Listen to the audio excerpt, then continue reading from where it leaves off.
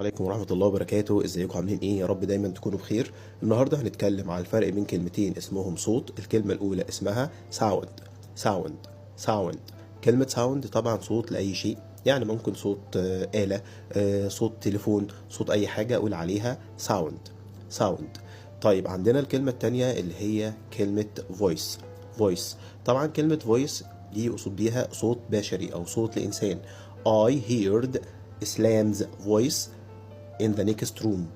I heard the voice of someone. يعني كلمة voice ممكن أقول عليها صوت بشري، صوت لإنسان، إنما عندنا كلمة sound اللي هي معناها صوت لشيء. وما ننساش برضو ان كلمة sound لها معاني تانية كتيرة.